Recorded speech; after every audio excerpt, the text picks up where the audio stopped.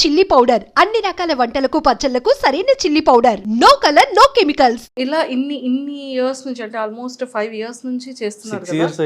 6 years అయిపోతుంది. So 6 years నుండి continue చేస్తున్నారు కదా. మీకు రిలేటెడ్ గా ఇది మీకు సంబంధించిన స్టోరీ ఏదైనా ఉందా? 100% ఉంటుంది. 100% 80% నా స్టోరీసే ఉంటాయి ఇందులో.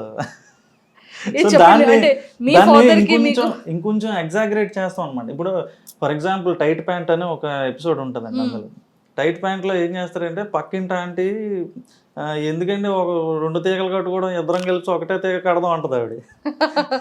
ఈడి ప్యాంట్లు వాళ్ళ కొడుకు ప్యాంట్లు ఇద్దరు కలిసి ఒకటే తీగ మీద ఆరేస్తారు అనమాట. ఈడు ప్యాంట్ పట్టుకెళ్ళిపోద్ది ఆవిడ ఇంట్లోకి. ఈడు ఈవినింగ్ అయితే ఒక ఈవెంట్కి వెళ్ళాలి, ఆడి దగ్గర ఉన్నది ఒకటే బ్లాక్ ప్యాంట్. ఆవిడ తాళం మీద సినిమాకి వెళ్ళిపోద్ది ఆవిడ. అయ్యో. సో అలా అంటే అన్ని జరిగినవి. మనం ఎగిరిపోయి పక్కింట్లో పడిపోవడం, వాళ్ళు ఇల్లు తాళం వేసుకుని బయటకు వెళ్ళిపోతే ఏం వేసుకోవాలి నేను ఫంక్షన్కి. వీడు ఒక అమ్మాయి దగ్గర స్టంట్ కొట్టడానికి వెళ్దాం అనుకుంటాడు అనమాట. అయ్యి ఎగ్జాగరేషన్స్. సో అలా చాలా న్యాచురల్గా మన చుట్టూ జరిగే ఇన్సిడెంట్స్ని మనం ఇది చేస్తూ ఉంటాం అనమాట. కాదు, మోసెస్ అన్ని సాఫ్ట్ హెయిర్, తర్వాత ఇలాగా స్పైక్స్ వచ్చిన అన్ని పెడుతున్నారు. కర్లీ హెయిర్ మోజీ లేదా మీ దాంట్లో? పెట్టుకోవచ్చండి. ఇంట్రడ్యూస్ చేయండి Manjusha. No no no no. So ఏదైనా అలా ఏదైనా వచ్చిన మాతో వచ్చినటువంటి మంచి పేరుతో కర్లీ హెయిర్ తో ఉన్న మోజీని ఒకటి ఇంట్రడ్యూస్ చేయండి. డబ్బింగ్ కావాలంటే నేను పంపిస్తూ ఉంటాను మీకు. సూపర్. సో ఫైనల్గా నా పేరుతో మంజుష అన్న పేరుతో ముందుకు ఏదైనా ఒక మంచి టైటిల్తో నన్ను కూడా ఇంట్రడ్యూస్ చేయండి. కానీ ఆ మోజీకి కర్లీ హెయిరే ఉండాలి, ఓకేనా? దాన్ని ఫేమస్ చేసి అప్పుడు నేను ఇంటర్వ్యూ చేస్తాను మిమ్మల్ని. అబ్బాయి ఎలా అయినా ఫేమస్ అవ్వచ్చేమో, నేను చూద్దాం. మీరు ఫేమస్ అండి, నాకన్నా ఫేమస్ అండి. నేను తెలియని వాళ్ళకి కూడా మీరు తెలుసు కదా, చాలా ఇంటర్వ్యూలు చేశారు కదా. Thank you. సో మొత్తానికైతే స్క్రిప్ట్ని అంటే రియాలిటీగా జరిగినటువంటి వాటిని చేస్తున్నారు. ఇప్పుడు ఫిల్మీ మోజ్ నెక్స్ట్ స్టెప్ ఏంటి? నెక్స్ట్ ఇప్పుడు మిడిల్ క్లాస్ మంకీ అది ఎప్పుడు జరుగుతూ ఉంటుందండి. మనకి వైబ్ మ్యాచ్ అవ్వకపోతే మార్చేస్తూ ఉంటాం. వైబ్ ఉంది, అమ్మో ఈ సాంగ్ మీకు సెట్ అయింది. వైబ్ అంటే కథకి. సో కొంచెం ఇక్కడే ఉండి ఇంకా ఒక్కొక్కసారి మనకి రైటర్స్ బ్లాక్ వస్తుంది, ఒక 4 రోజులు ఏం తట్టదు. సో అలాంటప్పుడు ఏదైనా ప్లేస్ మారితే బాగుంటుంది అని చెప్పి అనిపిస్తుంటుంది మైండ్కి. సో కొత్త ప్లేస్కి వెళ్ళంగానే అందరూ ప్లేస్ మార్చాడంటే ఏదో ఓడబొడిచేస్తాడని చూస్తుంటారు కదా మన వైపు. సో తెలియకుండానే మనలో ఒక కొత్త రిఫ్రెష్మెంట్ వస్తుంది. ఎక్కడో దూరంగా పారిపోకుండా నేను ఊర్లోనే వేరే ఇళ్ళకి పారిపోతుంటాను అనమాట. అది అలా మారుస్తుంటాను. నిజంగా అంటే మంచి థాట్ అంతా బాగుందండి. సో మీకు వన్స్ సక్సెస్ స్టార్ట్ అయ్యి వ్యూవర్షిప్ స్టార్ట్ అయ్యేటప్పుడు ఆ ఇనీషియల్ స్టేజెస్లో మీ ఫీలింగ్ ఏంటి? అండ్ ఇనీషియల్గా మీరు స్టార్ట్ చేసేటప్పుడు ఎంత ఇన్కమ్తో స్టార్ట్ అయింది? సో బేసిక్గా ఇది స్టార్ట్ చేసింది కార్తిక్ చిర్రా అని. సో ఏదైనా అంటే 5 సంవత్సరాలు 6 సంవత్సరాలు ఇప్పుడు అవుతుంది. ఇంతకాలం దీన్ని ఇలాగా ఇదే లెగసీతో ముందుకు నడిపించడానికి కారణం అయితే అతనే. సో నేను ఫస్ట్ ఏది స్టార్ట్ చేసినప్పుడు చెప్పిన కథ దగ్గర నుంచి ఈ రోజు వరకు కూడా అతను అలాగే ఎగ్జైట్ అవుతాడు. సో అంటే ఇది ఏమీ రూపాయి కూడా జనరేట్ చేయనప్పుడు ఎలాగైతే అతను ఎగ్జైట్ అయ్యాడో నేను చెప్పే కథలకి, ఈ రోజు కూడా అలాగే ఎగ్జైట్ అవుతాడు అనమాట. ఒకవేళ నేను చెప్పింది ఆడకపోయినా సరే, అంటే సరిగ్గా వ్యూస్ రాకపోయినా సరే, సో ఎందుకు రాలేదని ఒక డిస్కషన్ పెట్టుకుంటామే తప్ప దాని నెక్స్ట్ ఇంకోటి అలా మూవ్ ఆన్ అయిపోతాం అనమాట. ఇప్పుడైతే పెద్ద పెద్ద బడ్జెట్లు పెట్టి తీసే సినిమాలకి ఏంటంటే కథగా మాట్లాడుకున్నప్పుడు బాగానే అనిపిస్తుంది. సో అది ఫైనాన్సర్లని, అదేని ఆర్టిస్ట్ డేట్లని, ఇలా మల్టిపుల్ ఇవి వచ్చేసరికి అది ఎక్కడో దగ్గర నలిగిపోతుంది కదా. సో ఇక్కడ నాకున్న ఫ్రీడమ్ ఏంటంటే నేను ఏదైతే ఫీల్ అయ్యానో, సో మేము ఎక్కడ కమర్షియల్స్ గురించి ఎప్పుడు మాట్లాడుకోం అనమాట. ఇది వీడియో నుంచి మనం ఎంత లాగేయాలి, ఎంత వ్యూవర్షిప్ లాగేయాలి, ఇలా ఎప్పుడూ ఉండదు అనమాట. రీసెంట్గా కీర్తిశేషులు అని ఒక సిరీస్ చేస్తున్నాం అనమాట. ఇప్పుడు రన్నింగ్లో ఉంది ఆ సిరీస్. అది కేవలం ఏంటంటే చనిపోయిన తర్వాత ఎలా ఉంటుంది అని చెప్పడమే. యాక్చువల్గా మాది కామెడీని మెయిన్ టార్గెట్ కింద చేస్తాం అనమాట. దాన్ని కూడా జనాలకు చెప్పాలి. దాన్ని కూడా ఇప్పుడు పున్నమి నరకం నుంచి ఎలా తండ్రిని తప్పించాలనే కాన్సెప్ట్ అది అనమాట. సో అలాంటి విషయాన్ని కూడా మనం చెప్పాలి. సో చాలామంది చనిపోయిన తర్వాత గురించి మాట్లాడడానికి ఇష్టపడరు. ఏం చెప్పడం, చివరి కోరిక ఏంటి, నేను చనిపోయిన తర్వాత నాది ఇలా చేయరా అలా చేయరా అని ఎవరు చెప్పుకోరు. కానీ చెయ్యాల్సిన పిల్లలే. కానీ పెద్దోళ్ళు ఎవరో దాన్ని మాట్లాడడానికి కూడా ఇష్టపడరు. కానీ అల్టిమేట్ ట్రూత్ ఏంటి, మనిషి ఎప్పటికైనా కాలం చేయాల్సిందే కదా. సో అలాంటి దాన్ని కూడా మనం అంటే పిల్లల దగ్గర నుంచి పెద్దోళ్ళ వరకు అందరికీ అర్థమయ్యే విధంగా మనం దాన్ని చెప్తున్నాం అన్నమాట. అవేర్నెస్ తీసుకొస్తాం, ప్రతి ఒక్కరికి తెలిసి. అదనమాట. సూపర్ అండి.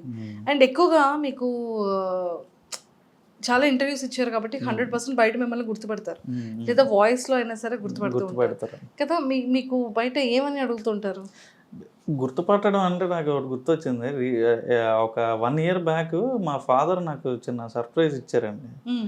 విజయనగరంలో బ్లైండ్ స్కూల్లో నా బర్త్డేకి వాళ్ళకి చిన్న ట్రీట్లా భోజనంలా పెట్టారనమాట. సో నాకు సడన్గా ఫోన్ చేసి రమ్మన్నారు, వెళ్ళాను. నేను దాని మీద రీల్ కూడా చేశాను, ఉంటుంది. సో పెడుతున్నంతసేపు తినేశారు వాళ్ళు, నాకు హ్యాపీ బర్త్డే చెప్పారు, అంతా అయిపోయింది. సాయి కిరణ్ అన్నకి చెప్పండి అని అన్నారు. అంతా సాయి కిరణ్ అన్నంత వరకు వినండి అనమాట. సో వాళ్ళు ప్లేట్లు కడుగుతారు కదా, అక్కడ వన్య మాస్టర్ అని సరే నాకు వినబడింది, ఎవరో పిల్లాడు మాట్లాడుతున్నాడు అని. ఏదో వన్య మాస్టర్ అంటున్నావు ఎట్రా, దేని గురించి మాట్లాడుతున్నావు అని అడిగాను నేను. ఫిల్మ్ ఇమోజినియా అన్నాడు. బ్లైండ్ కదరా, నాకు అర్థం కాలే. బ్లైండ్ పీపుల్ కదా, వీళ్ళకి ఎలాగ అసలు ఫిల్మ్ ఇమోజీ గురించి తెలిసిందే అని చెప్పి నేను అనుకుంటే, ప్రతి ఒక్కడికి ఫిల్మ్ ఇమోజీ గురించి తెలుసు. అక్కడ ప్రతి పిల్లాడు విత్ డైలాగ్ లవ్ చెప్పేస్తాడు మీకు. ఇప్పుడుకైనా వెళ్ళి అడగండి, ఫిల్మ్ ఇమోజీ సాయి కిరణ్ అన్న అనండి చాలు. నాన్న వినండి మారే, చదవండి మారే అని పాడతారు వాళ్ళు. తెలుసా, వన్య మాస్టర్ అంటే అంత ప్రాణం వాళ్ళకి. మధు క్యారెక్టర్ అన్నా, మహేష్ క్యారెక్టర్ అన్నా అంత ఫాలో అవుతారు. మొన్న బర్త్డేకి నేను వెళ్ళాను అనమాట, స్వయంగా వాళ్ళకి ట్రీట్ ఇద్దాం అని చెప్పి వెళ్ళి అక్కడ నీట్గా అంతా చేసి వాళ్ళతో కూర్చొని నేను ఒక ఎపిసోడ్ చూశాను. అప్పు చెప్పేస్తున్నారు వాళ్ళు అక్కడ డైలాగ్స్. నాకే గుర్తుండదు, రాసిన నాకే గుర్తుండదు. ప్రతి డైలాగు ఆడు కూడబడికినట్టుగా చెప్పేయడం నవ్వుకోవడం అంతకు మించి రికగ్నైజేషన్ నాకేం కావాలండి. రోడ్డు మీద వెళ్ళిన నాకు గుర్తుపెట్టినా పట్టకపోయినా నాకు పెద్ద ఏం ఉండదు. వాడిని చూస్తే చాలు, నన్ను చూసి నాతో ఏదో చేసేయాలని అయితే నాకు కోరిక లేదు. అంటే బ్లైండ్ పీపుల్ కూడా వాళ్ళు విని అది నా ముఖం కూడా ఎలా ఉంటుందో తెలియదు వాళ్ళకి. కానీ నా బర్త్డేకి టీం అంతా చిన్న సర్ప్రైజ్ వీడియో చేశారండి. అందులో క్లిప్ ఉంటుంది చూడండి. నేను వెళ్ళి వాళ్ళ ముందు నించోగానే కూర్చొని అని చెప్పి కుర్చీ తెచ్చేస్తున్నారు వాళ్ళు, బ్లైండ్ పీపుల్ అందరూ. వాళ్ళకి అంతా తెలుసు కదా, వాళ్ళ రూములు ఎక్కడ ఉంటాయి, వాళ్ళ హాస్టల్ దగ్గరికి వెళ్ళాను నేను.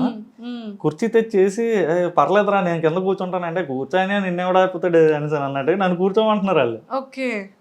ఎంత హ్యాపీ ఫీల్ అయ్యానంటే నేను, నాకేదో అసలు ఫిల్మ్ ఇమోజీకి అంతకన్నా పెద్ద అవార్డు ఎవరు ఇవ్వలేరు అన్న ఫీలింగ్ వచ్చింది నాకు. సూపర్ అండి, సూపర్. సో ఆ రోజు కార్తీక్ అన్నయ్య దగ్గర నుంచి అందరికి అది మర్చిపోలేని ఇదనమాట. For ever memory. అది ఎన్ని వచ్చినా కూడా దీనికి మించి ఎవరు ఫిల్మ్ ఇమోజీని పొగడలేరు, ఎవరు దీనికి ఏ అవార్డులు ఇవ్వలేరు. ప్లే బటన్లు ఎన్ని వచ్చినా అంతే, ఈ ఆనందం అయితే ఇవ్వలేరండి. సూపర్ అండి. అది నిజంగా ఒక డ్రీమ్. ప్రతి ఒక్కరికి సక్సెస్ అనేది ఒక డ్రీమ్ ఉంటుంది. ఎంతవరకు పరిగెట్టినా కూడా ఒక నేమ్ కావాలి, ఒక గుడ్ విల్ ఉండాలి అనేది అది ఆలోచిస్తారు. అది మీరు అక్కడే కొట్టేశారు. 100% అనిపించింది నాకైతే అక్కడ. అంటే మనకి ఒక నిజంగా నేను ఏదైతే మనసు పెట్టి రాశాను, ప్రతి ఎపిసోడ్ అలాగే రాశాను, జనాలు ఎంటర్టైన్ అవ్వాలనే రాశాను. సో మనుషులు కాదు, వాళ్ళ మనసుల్లోకి దూరం మనం. సో అది నాకు మర్చిపోలేను. సూపర్. అండ్ ఫస్ట్ వీడియో మీకు గుర్తే ఉండుంటుంది కదా, ఫిల్మీ మోజ్లో మీరు చేసినటువంటి మోజ్తో అవును. చేసిన ఫస్ట్ వీడియో ఏంటి, అది రిలీజ్ అయిన తర్వాత మీ ఇంటెన్షన్స్ ఏంటి, మీది కానీ కార్తిక్ గారిది కానీ? ఆ ఫిల్మీ మోజీ ఛానల్కి అసలు ఫస్ట్ వీడియో చేసినప్పుడు ఓన్లీ అక్కడ మీరు పక్కన ఉన్న ఆ హెడ్ లాగా ఒకటి ఉంటుంది. సో ఆడు మూవీ రివ్యూస్ చెప్తాడు అనమాట. సారీ కదా, ఓకే, మూవీ రివ్యూస్ చెప్తారనమాట. సో అలాగా ఆ వీడియో పెట్టాం. దానికి అసలు వ్యూసే లేవు. మేమే 10 సార్లు చూసుకుంటే దానికి 100 వ్యూస్ వచ్చాయి. ఈ రోజున ఇలా పెట్టంగానే 1000 కామెంట్లు వచ్చేస్తూ నాకు అర్థం కాదు. రేపు స్పామ్ అనుకుంటారు అలా పెట్టకండి రాజు. సో 1000 వ్యూస్ రావేమో కానీ ముందు first view, first like, first comment అని చెప్పని ఎంతమంది వెయిట్ చేస్తారు తెలుసండి ఫిల్మీ మోజ్కి. అసలు నవ్వు మీ వస్తుంది. సబ్స్క్రైబర్స్కి ఎప్పుడైనా ఏదైనా సర్ప్రైజ్ ప్లాన్ చేయడం కానీ, వాళ్ళు ఎప్పుడైనా మీతో మాట్లాడడం కానీ, మీరు ఎప్పుడైనా లైవ్ చేయడం కానీ జరిగిందా? చాలాసార్లు లైవ్ ఇచ్చాం. అలాగే 2 మిలియన్ వచ్చిన తర్వాత వైజాగ్ మంత్రీస్ హోటల్లో చిన్న మీటప్ కూడా ప్లాన్ చేసాం అనమాట. అది కూడా చాలా బాగా అయింది. కాకపోతే అప్పుడు రిస్ట్రిక్షన్స్తో కోవిడ్ సర్టిఫికేషన్స్ ఉంటే తప్పితే లోపలికి అలౌ చేయొద్దు అన్నంత రిస్ట్రిక్టెడ్గా జరిగింది అనమాట. కానీ చాలా బాగా అయింది. సూపర్ అండి. నిజంగానే ఫిల్మీ మోజ్కి ఒక సపరేట్ ఫ్యాన్ బేస్ వచ్చేసింది. ఫాలోవర్స్ అనండి, ఫ్యాన్స్ వద్దులేండి. ఇప్పుడు ఈ రోజుల్లో ఎవరికి ఫ్యాన్లు కాదండి, అంతే అంటారా? ఫాలోవర్స్ అంతే, మమ్మల్ని ఫాలో అవుతారు. ఇష్టం అంటే నిజంగా ఒక వ్యక్తి ఒకప్పుడు సీరియల్స్ కోసం, ఎపిసోడ్స్ కోసం వెయిట్ చేసేవాళ్ళు. ఎప్పుడు ఈవినింగ్ 7:30 అవుతుందా, లేకపోతే 9:30 అవుతుందా, 8:30, అంటే వాళ్ళకంటూ ఒక ఇష్టం. అంటే ఈ మోజీస్ కి ఫ్యాన్స్ ఉన్నారండి, మీకు కాదు. మోజీ ఫ్యాన్స్ నాకంటే నేను ఒప్పుకోనండి. నా రైటింగ్స్ కొన్నారంటే మళ్ళీ ఒప్పుకుంటాను. Writing credits and you especially because main basement మీరు కదా, పిల్లర్ మీరు. ఈ రెండు స్ట్రాంగ్ గా ఉంటేనే ఇంతమంది చూస్తున్నారు. సో మీరు ఒప్పుకోకపోయినా, మీరు యాక్సెప్ట్ చేసినా చేయకపోయినా క్రెడిట్ మీదే ఫస్ట్ థింగ్. అండ్ ఫ్యాన్స్ మాత్రం మీరు అనొద్దు అన్నారు కాబట్టి మీ ఫాలోవర్స్, కానీ మోజీస్కి fans. Madhu Moji and Mahesh. So ఇలాంటి మంచి మంచి క్యారెక్టర్స్ అనేది పిల్లల దగ్గర నుంచి పెద్దవాళ్ళ వరకు బాగా హార్ట్లో నాటుకుపోయింది కంప్లీట్గా. సో ఎక్కువగా చిన్నపిల్లలు మీతో ఏమైనా మాట్లాడేటప్పుడు కానీ, వాళ్ళు అడిగే క్వశ్చన్స్ కానీ ఎలా ఉంటాయి, ఏం అడుగుతుంటారు ఎక్కువగా?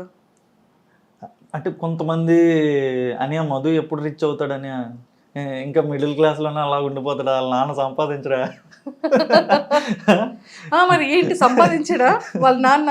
ఎప్పుడు రిచ్ అవుతాడు చెప్పండి. బేసిక్గా ఏంటంటే మిడిల్ క్లాస్ అనేది ఒక సైకిల్ అండి, ఒక ఊబిలో పడిపోతారు పేరెంట్స్ కూడా. సో ఆ పూట కట్టడానికే చూస్తారు తప్పితే ఏదో వాళ్ళకి పెట్టుబడులు ఎక్కడమండి ఎదగడానికైనా. ఈ రోజుల్లో పెట్టుబడులు లేని ఎవడ ఎదగలడు. అయితే అంటే ఏమీ లేనివాడికి వాడి తెలివితేటలు పెట్టుబడి, ఉన్నోడికి డబ్బే పెట్టుబడి. సో అలాగా ఆ తెలివితేటలు పెట్టే టైం కూడా ఉండదు, ఆ సైకిల్లో పడిపోతారు తల్లిదండ్రులు. సో అందుకని ఇంక రిచ్ చేయనంటారు. ఆడు ఎదిగాక అవుతాడులే నాలాగా. ఓ అంటే రిచ్ అవ్వడానికి ఇంకా టైం ఉంది, ఏదో ప్లాన్ వేసారు గట్టిగానే. ఏమో చూద్దాం. సూపర్.